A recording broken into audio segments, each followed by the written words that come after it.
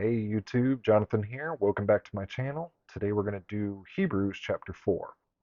God's promise of entering his rest still stands, so we ought to tremble with fear that some of you might fail to experience it.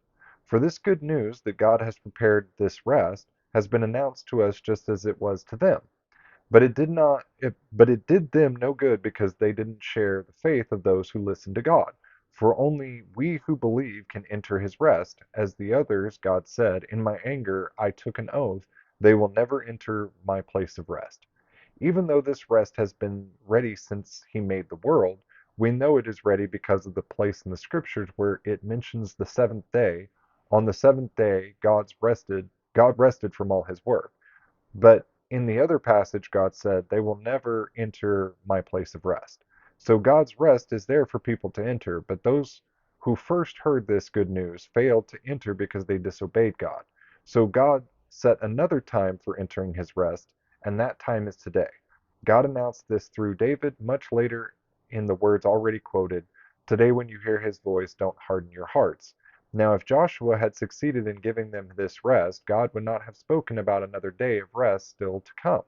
So there is a special rest still waiting for the people of God.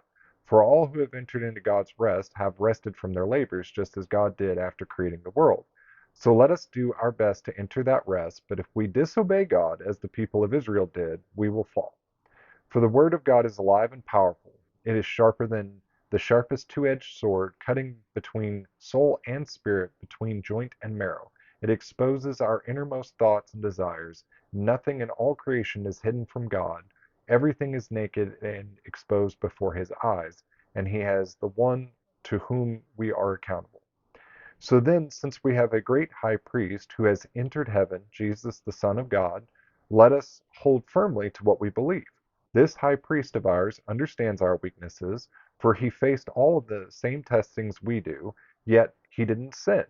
So let us come boldly to the throne of gracious God, where we can receive his mercy and we will find grace to help us when we need it most. That's going to be it for today's video. Hopefully you're liking this series. If you would do, please give me a like, notification, subscription, all that stuff, and I'll catch y'all later.